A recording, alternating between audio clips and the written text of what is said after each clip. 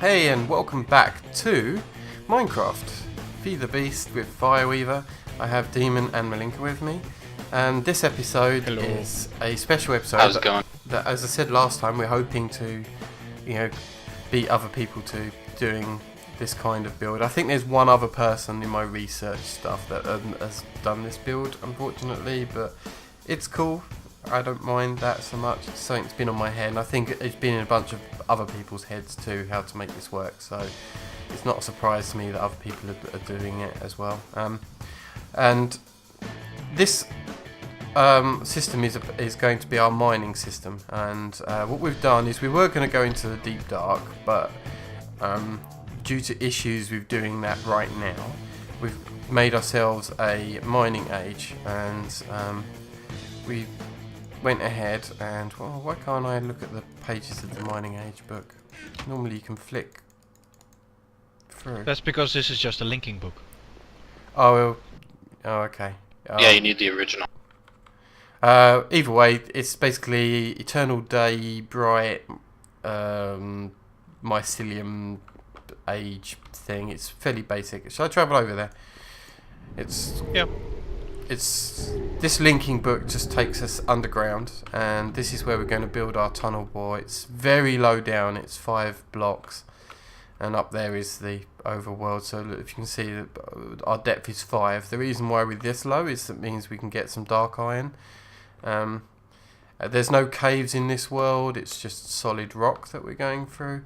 And I know it's a bit cheaty, but actually it's going to help us because mods are being added all the time. That means that we've actually got a bunch of new ore gen and stuff, so it's be nice to pick up some of the new generated stuff. I say ore gen, it's actually bee gen, but because we've now got extra bees, which excites me, which means we'll be doing bee stuff soon. We've done so much bees in the past that the bee stuff will show you how to automate it using logistic pipes, but all of the other gumph around it, we've explained it like 3 times already, so we'll skip that and just show you the automation side of it, and that's it. Anyway, should we get on with our tunnel bore? Because this is... Yeah. Okay. Go While for we're it. doing that, I'm going to add some more sand to the smeltery. Okay, so our tunnel bore consists of several mods working in unison here. The first one is a mod that we're going to be using is ME. So even though we're using logistic pipes for our storage and stuff like that, we do actually need a little bit of an ME system going on. So, Fluix crystals, you should know how to make. Most of this stuff just go in NEI and find out, but we do need an ME controller. That's important. We also need a little bit of ME cables, not as much as I've got set up in here, but we do need a few. We need a quartz knife. Bear in mind I've already gone ahead for this. And then the quartz knife, if you cook up any kind of quartz dust, you make silicon. If you add that to here, then you get the basic processors. The processors, if you cook those up, go into basic processors here, or diamond processors if you need those, to make conversion matrices. I don't know if I need that conversion matrix or not, but just in case I do, I know I don't. The conversion matrix is being used here to make transition planes, which oddly enough I don't need anymore. We also need an interface as part of this. The interface is actually going to be part of making a storage bus.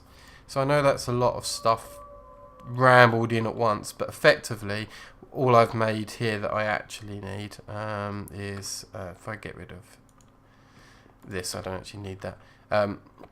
So what I actually need for it is ME controller, a storage bus, a couple of ME cables, and, which I've got stored up here, 32 transition planes. I actually think I need 30, but I've got a couple of extra just in case.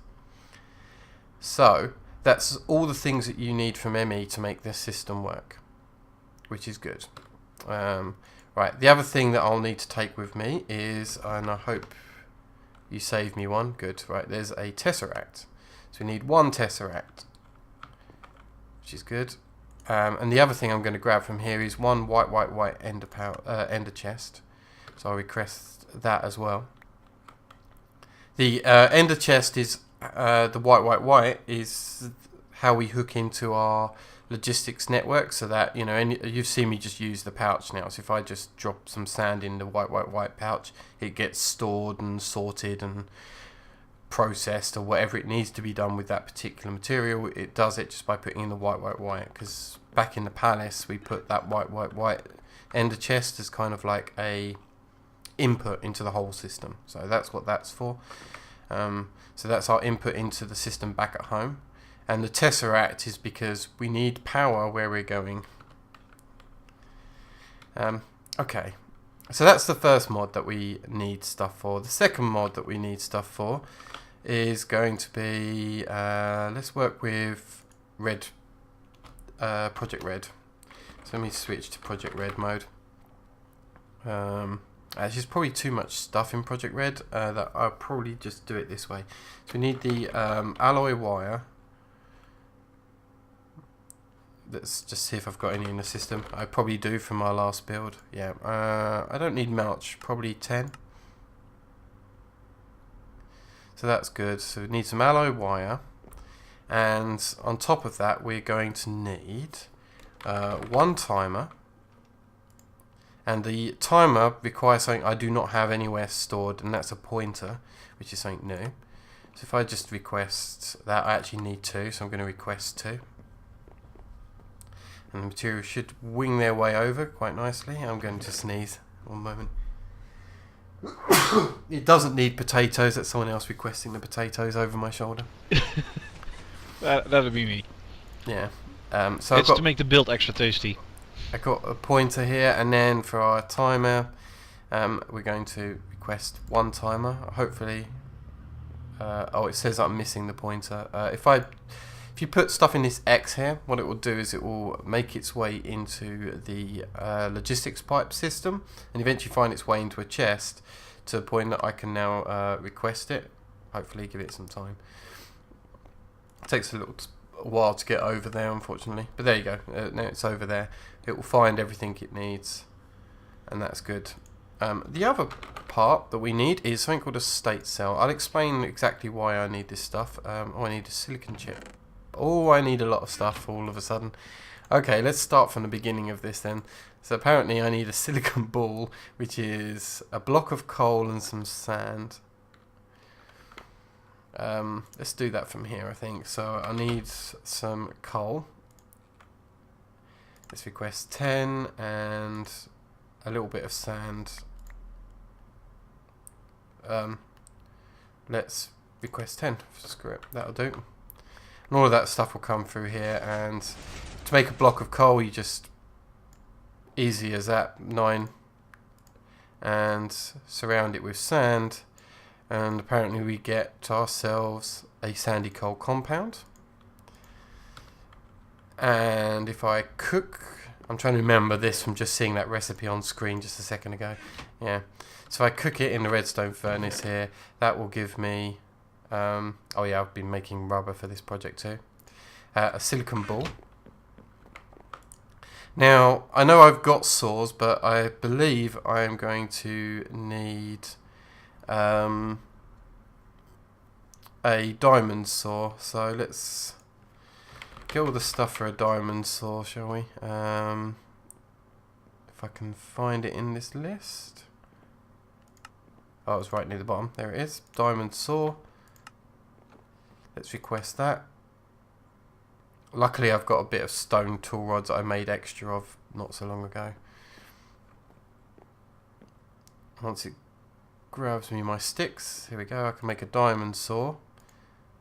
And I'll use this in this crafting bench over here. So if I take the silicon ball, this is really similar to how red power used to work, but you can actually cut up your silicon ball here and turn it into silicon. And then cook the silicon. Apparently not. Okay, let's go back through the recipe of, what was it, my state cell.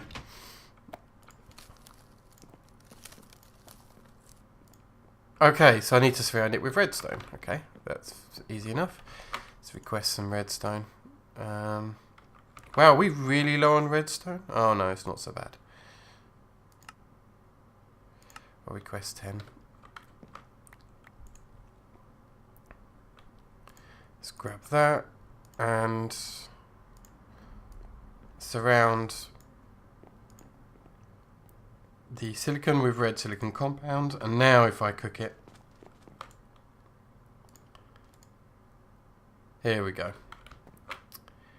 A lot of work for this, but you know, it's worth it. So now we have our infused silicon, and that should probably be enough. I need 3 circuit plates. So if I'm just going to request it through here this time. I'll ask for 10. Fine.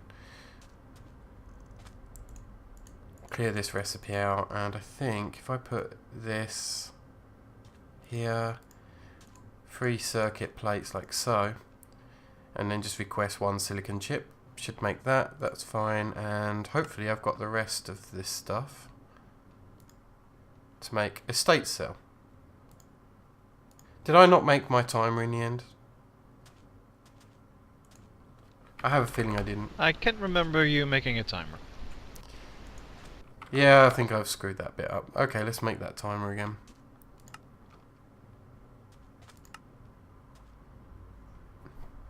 I think I just forgot to click it. I set all the recipe in and requested materials, and then forgot to do the final bit of actually grabbing it.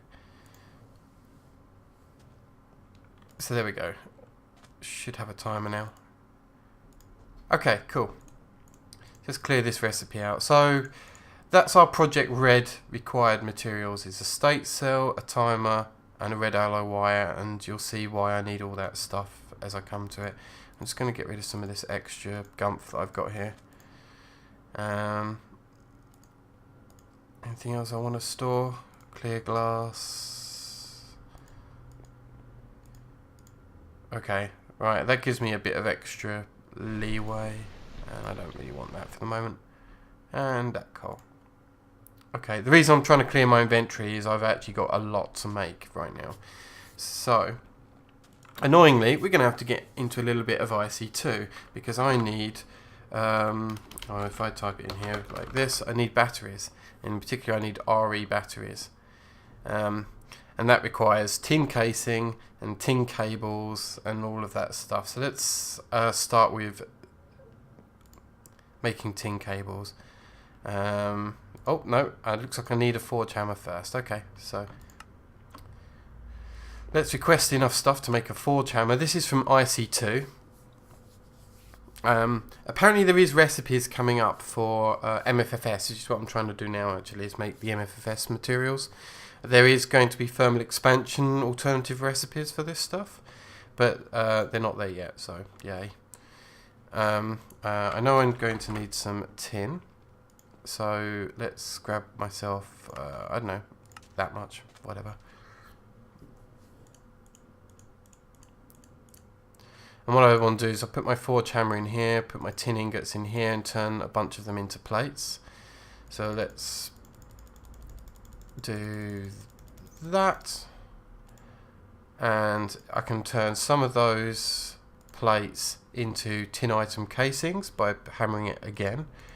I'll do that much. Doesn't matter because I'm going to probably need all this stuff as well at some point. Then I need the cutter, don't I? So let's we need this cutter here. Oh, we need some iron plates now, so let me grab a bit of iron. I know there's not much for you guys to do, is there? Oh, we can keep ourselves busy. Okay, cool. Okay. That's okay. So I think it was iron plates like this, and then iron here or something. I'm gonna have to look it up. Oh, close. It's where is my iron plates? Here. And that gives us a cutter. And what we need to do is actually cut up some tin plates with our cutter here, and it will make a little bit of wiring. I'll make 2 sets, I think that's okay. And the rubber which you saw in this chest that I'd pre-cooked, I'm going to need that next. I'm getting close to getting some of this, the harder stuff made, but yeah, if I combine the tin cables here, I can actually get myself some insulated tin cables. Good. Now I'm actually getting fairly close. I will request some redstone here. Let's get myself a couple of stacks. This is probably the hardest part to build. It's a bit contentious because a lot of people are a bit frustrated with the new IC2 because there's a lot of extra work involved. We'll get into IC2 properly later, but you know, it can be frustrating for people to work with IC2 right now because it's a lot of work, but it's cool. We've got some of the hard parts done. The other part that we're going to need is steel, and to make steel we actually need there's lots of ways of making steel, but I'm going to show you what is perhaps the easiest way of making steel. So if I request a stack of coal here and put some iron in here and surround that iron with coal on 4 sides, you get steel dust. And just in case I need more for this build, I'm actually just going to slam 16 will do. There we go. I've actually pre-cooked some steel, which is in the network, but just in case I end up needing more, that's going to be cooking away there. So that's how you make steel, is you make the steel dust, you cook it, and then you get some steel ingots. Okay, so let me grab my notes here. I think let's make ourselves our first machine, which will be our coercion deriver. So coercion deriver, it's from modular force field systems, basically is our power generator, if you like. It will take power from RF or Buildcraft or trying to think of the EU from IC2, and I believe it works with universal electricity, so pretty much all the power systems coercion deriver will work with, and it will turn all of those into Fortron energy, which is the energy for force field systems, and does it, converting it using a deriver. And to make that deriver, you can see we needed the RE battery, which I went ahead and made. Need some steel ingots, which again is being made, or I pre-made them. We also need focus matrices, and we actually need quite a lot of these, and they are expensive. They do require diamonds, but at least you get 9 from it. So if I start requesting, I'm hoping I can request 2 lots. Oh, apparently only 1 lot. That's fine. I'll try and make almost as much as I can here. And you can see I'm going to be running out of steel ingots, which thankfully I am making some behind me.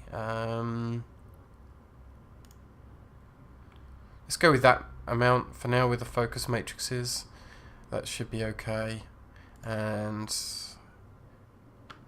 if I click the recipe in here, I should be able to go ahead and make myself a coercion deriver. Next we need a Fortron capacitor.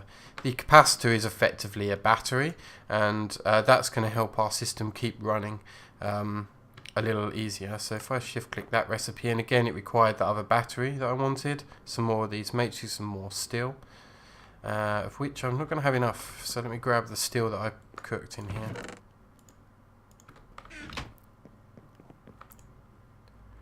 And place that in the system. Now I only need 1 Fortron capacitor, so that part's done.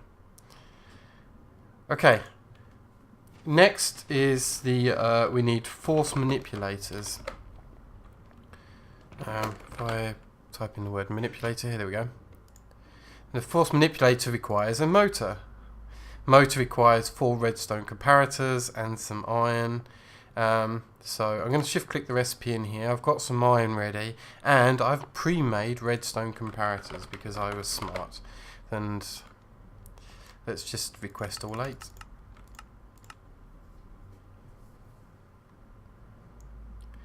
Once those arrive, then we should have the materials here to make 2 motors.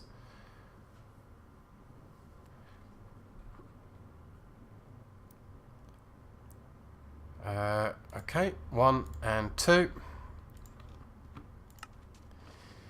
And with these focus matrices here, that makes us 2 force manipulators. Okay. Now I've clicked off some of this recipe, and you can see here that by leaving 2 of these focus matrices in each corner, I can make myself some scale modules, and I'm going to need a few.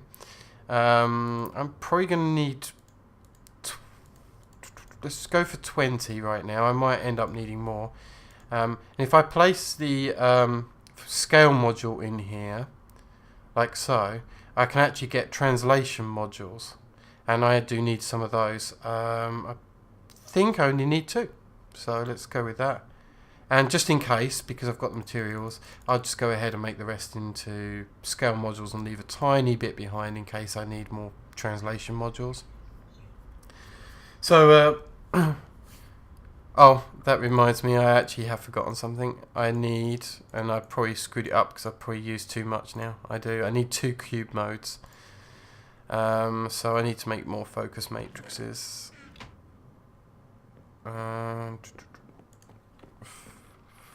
Focus. What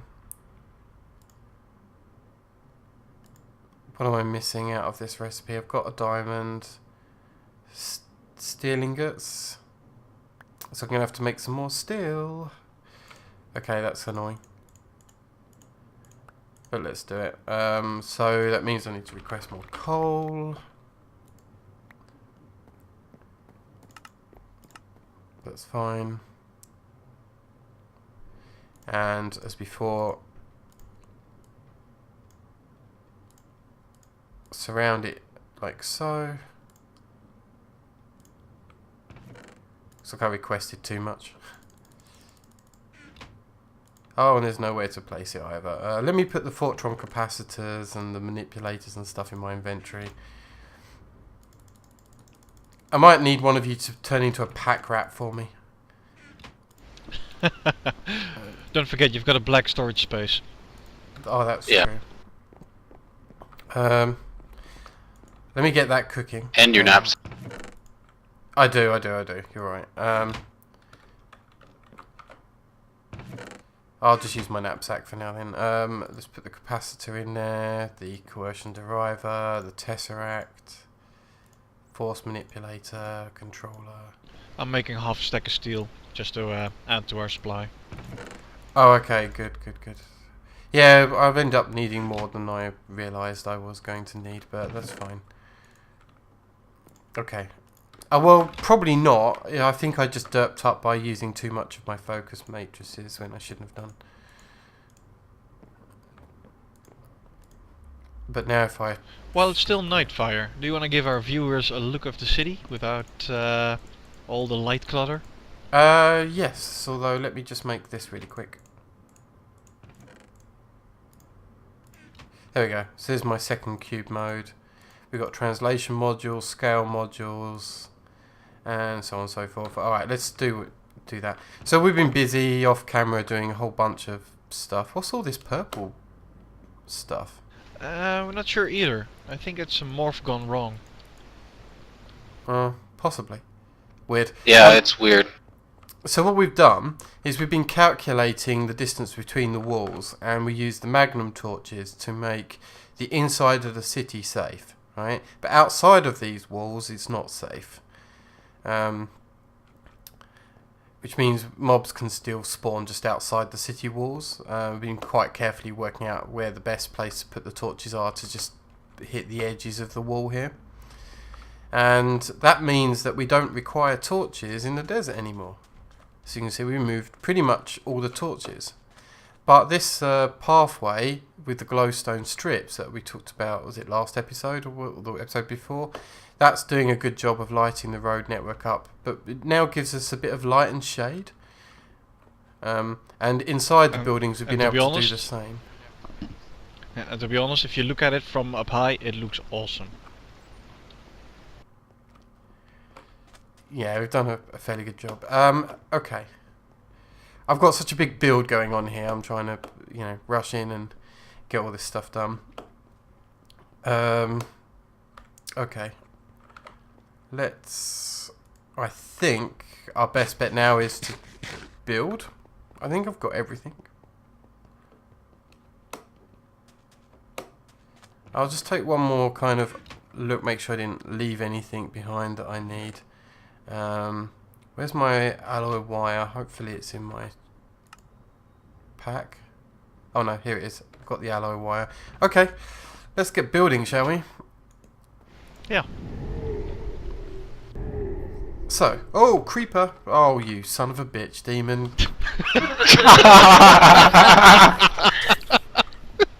Almost dead. Bugger off, you. We've been secretly preparing that. I waited a good 10 minutes for that. I'm glad you made yourself useful whilst I was busy. Exactly. Slags. Anyway. Now I've finished being trolled. Oops. I'll actually just grab the cobble here and fix it with cobble. Or whatever. Alright, thanks, yeah. That's all the cobble I had. You picked up the rest. Yeah, that's fine, that's fine. Right, I'll make this step up on the platform here, and there we go. And the idea is that we're going to build a moving platform. That's why we've got MFFS going on here. So I think that's about right. And then we'll come across here, and that's probably a little overkill.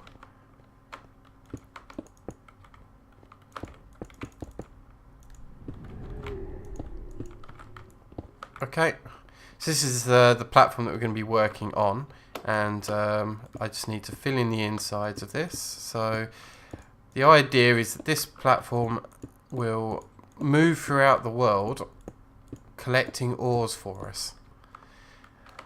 And to get started with that, I think what I'll do is start working on the ME part of this build. So let's get all the stuff required for that. Shouldn't be too difficult. Just, I think that's everything, and I'll grab this chest too. Okay, so first step is I'm going to place a ME controller here. That obviously gives us power and the control to any kind of ME network that we're going to be working with. And I'm going to hook this up to the main power station, and instead of receiving all, wait a minute, messing this up, here we go. There we go. I just want to receive energy on this, and that's all I want to be receiving on this Tesseract. And now the ME controller is now hooked up and working. Now, if I started moving this platform as it stands, the first thing that we're going to have a problem with is that this is white block here, the sandstone, is going to bash into the stone and break everything. So I need to make sure that the front of this thing has got, as you can see here, transition planes. And the transition planes will actually pick up any material in front of them and put them into the ME network.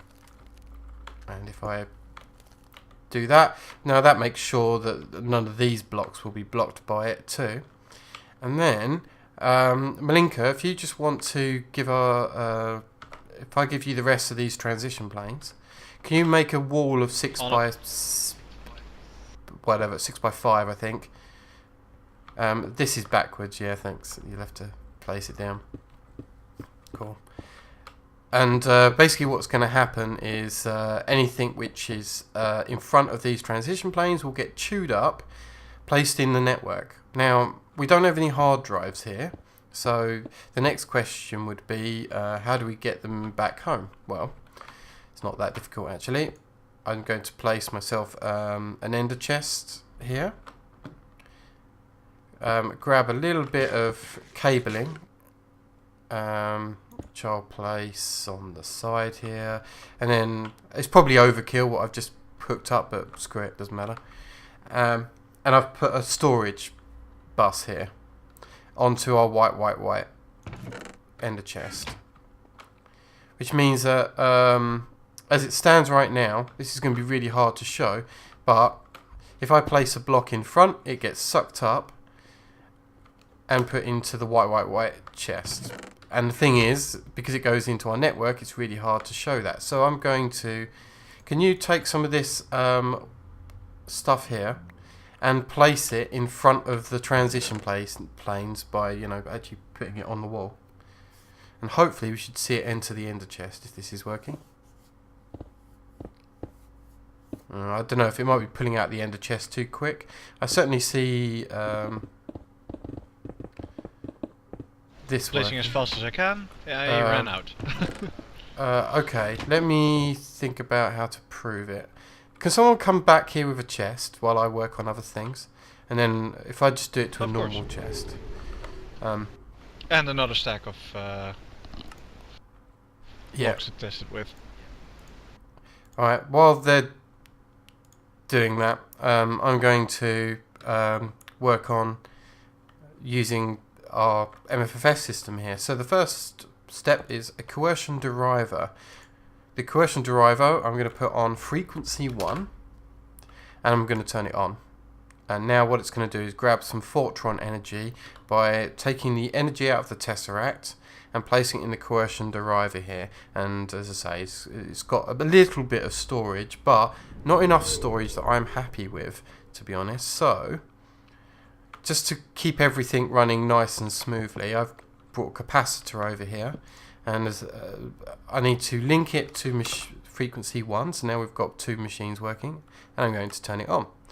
And now it will transfer the energy between the deriver and this capacitor here and store it, the Fortron energy in this battery. So now we've got like a nice storage area. You with me so far? Chest is done. Oh, okay, cool. Yeah, dump something in the transition plane and let's see if it's working. There we go. Cool. So you can see anything now is just being dumped into the chest, which is cool. Exactly what we want to see. So that's how it's going to mine. And if you want to switch it back to the ender pouch, that'd be cool. Right. Next is these manipulators. These aren't projectors, so be very aware that I'm not putting force projectors down. These are force manipulators that basically manipulate force fields. Okay? And I've placed one at the back here and one at the front.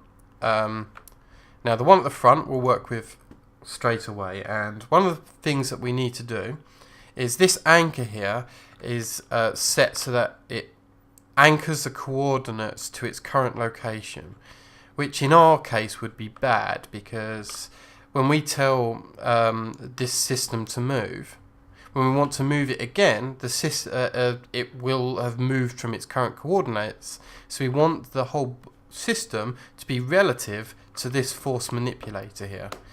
So currently with this anchor set as it is with the anvil sign here, is that the anchor is exactly this coordinate. And what we want to do is instead of it anchored to the coordinate, we want it anchored to the manipulator itself. That's what this does. So you can see that's now sorted. I'm actually going to turn it into this mode. If you place it in this redstone mode, I believe what it will do is it will show what it's going to do without actually moving the blocks. By the way, these both need to be on 1, so now they'll grab some Fortron energy. So let me just do that quick. Here we go.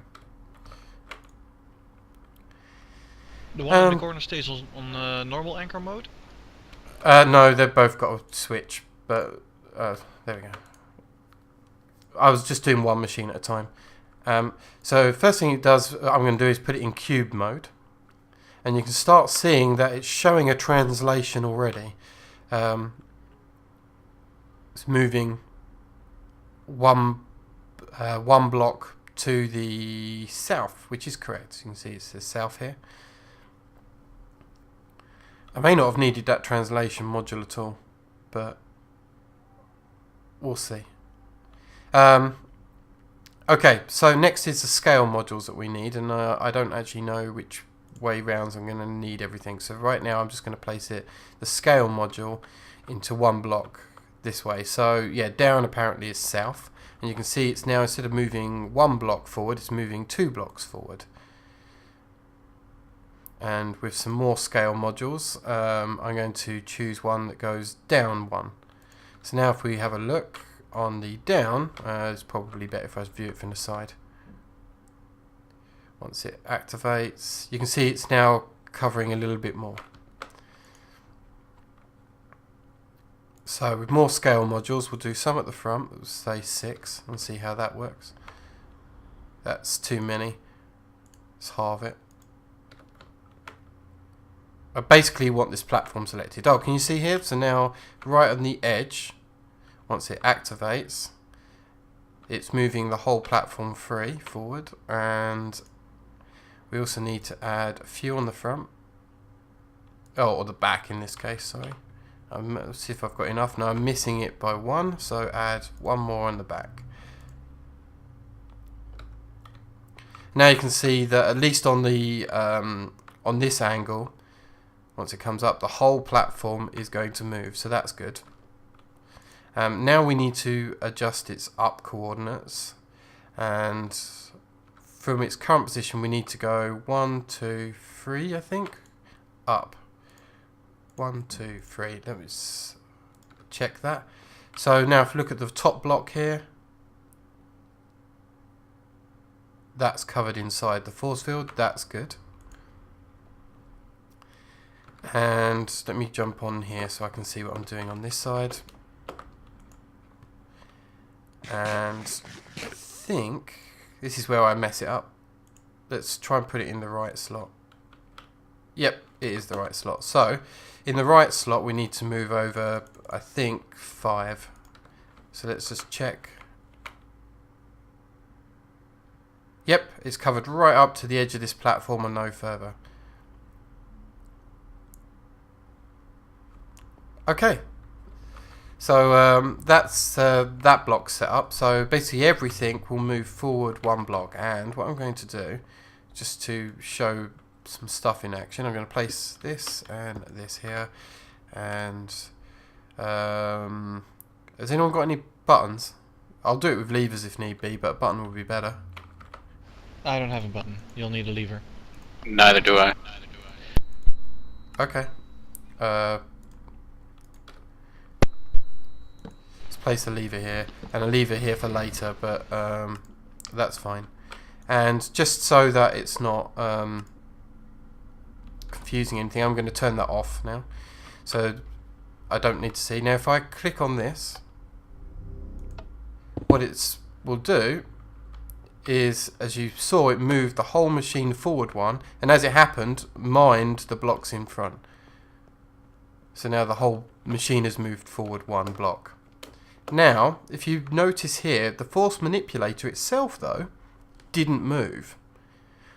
Which means that eventually the whole machine will leave the force manipulator behind, and it won't work. So this is what is otherwise known as a caterpillar drive, by the way. It's an old concept from Red Power frame days. What we need to do is move this force manipulator back into its relatively original position up to here. So to do that, we are going to use a translation. Oh, let me switch that into this red mode so we can see what we're doing. So you can see that right now its default is just to move it forward 1. Why is it not showing me? Oh, because I haven't turned it into cube mode, that's why. Now if I turn it into cube mode, you should see. Hopefully. There we go. So now it's moving itself. It would move itself 1 block forward, which you could see on the screen. But I don't want it to move itself. I want it to move the block, I think. Is it back? And to do that, we use a translation module. So the translation module, instead of increasing it as opposed to the scale, where it increases what's being moved, Here, all we're doing is displacing its original source that it moves, and you can see we've asked it 2 blocks south of its location, move that block 1 thing forward, and you can see here that's exactly what it's doing. If I turn this off, turn the signal on there. Actually, I shouldn't have done it that way, but never mind. It did work. So let me just show you one more time. If I click on this, it moves the whole system 1 forward. If I click on this, it moves the capacitor 1 block forward. And you can see that the whole machine is basically digging its way forward, and anything in front of it is going into the ender chest. Are you impressed yet? I don't know who's watching me here. I like this. I like this a lot. Yeah? This is neat. Okay. So, actually we've almost finished with this build. Almost. I'm totally impressed. Actually, while I'm doing this next bit, can someone... I made some chunk loaders earlier. Can someone grab just 1 chunk loader? Can someone On my way. do that for me? That'd be great. Thanks. The chunk loader thing is something I It's in the haven't system? tested. It's in the system, yeah. You just request it.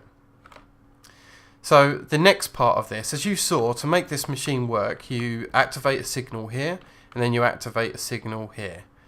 So that's how it works. And you can't do them at the same time because it would just confuse itself. You actually need to send 1 here, then 1 here.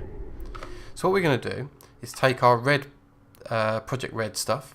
We're going to take our state cell, our timer, and I've got some red alloy wire here. And we'll start off... Chunk loaders in your inventory. Okay, cool. Thank you. And if I think I can do it by get rid of these blocks. We want a signal up to here, a signal up to here. Then using our state cell takes a signal and puts a time lock on it. I'm going to leave it on 2 seconds, should be fine. So basically what will happen is it will take a signal that arrives in the in slot, which you can see that's in, and 2 seconds later will output the signal over here. Does that make sense? So if I put a I'll just wire this down here for now. If I put a hopefully I haven't, yeah, I'm safe. Okay, good. So if I flip this switch, it will send a signal immediately out to this block, which will move everything forward, and then 2 seconds later send a signal out to this block that will move it back. So if I hit the switch here, okay, that didn't work. Let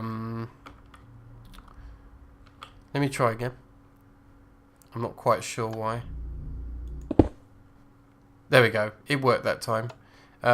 Part of the issue is because of the way I've done it. You can see it 2 seconds later it moved that block. The problem is I'm not using buttons and I'm using levers, hence why it's got itself massively confused. But I'm actually going to solve this fairly easily here by using a timer. So if I drop a timer in here, and it will pulse a signal now, and I'm actually going to set this up to 4 seconds. It looks like it's pulsing too quickly, isn't it? I am going to need repeaters, I think. Wait a minute, let me turn this off for a second because it's being noisy. Okay. How do I keep that signal on for a bit longer? Any ideas, anyone? Repeater, you could probably do it. Yeah, will that keep the signal on for a longer period of time? It tends to hold. Yeah. Can someone make me 2 Project Red repeaters? Yeah.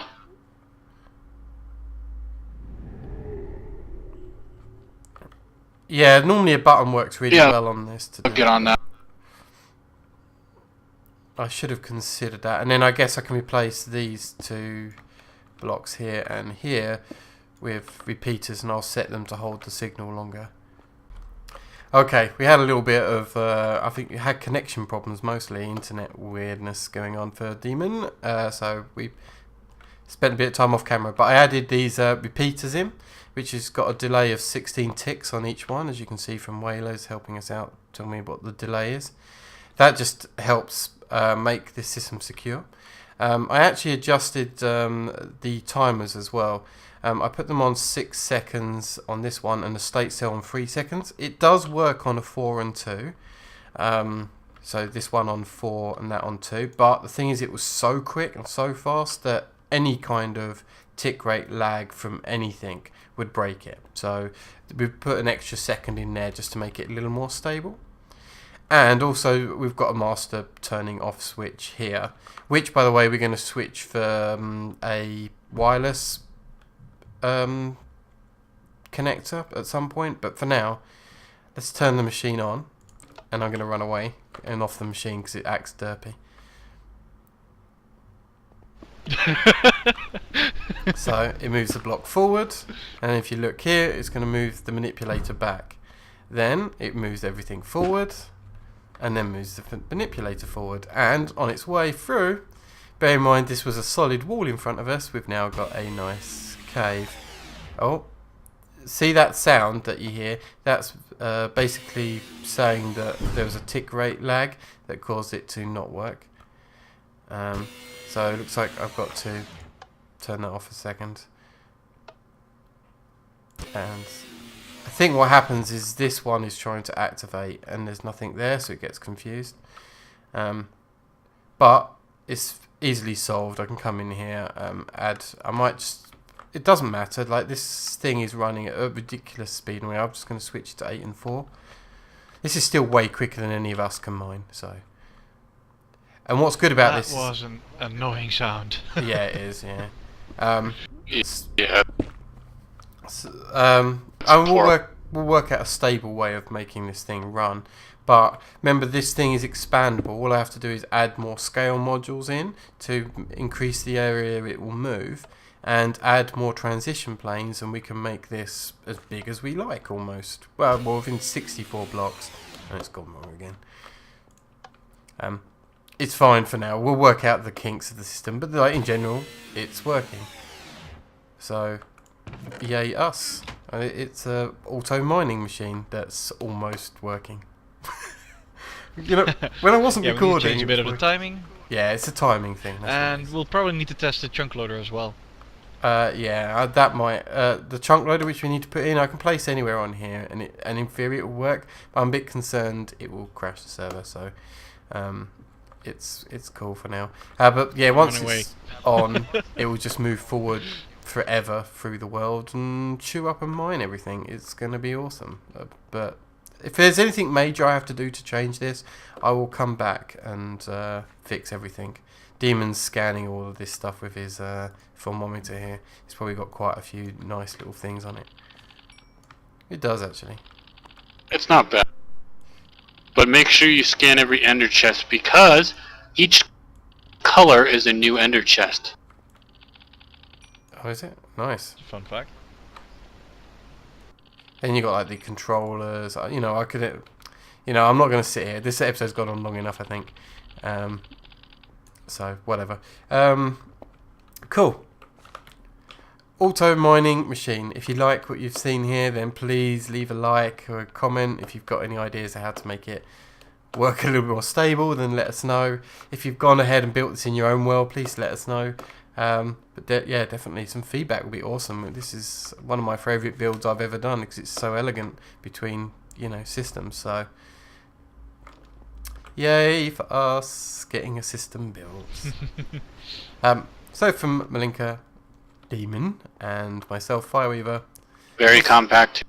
We'll see you next time. Bye. Goodbye.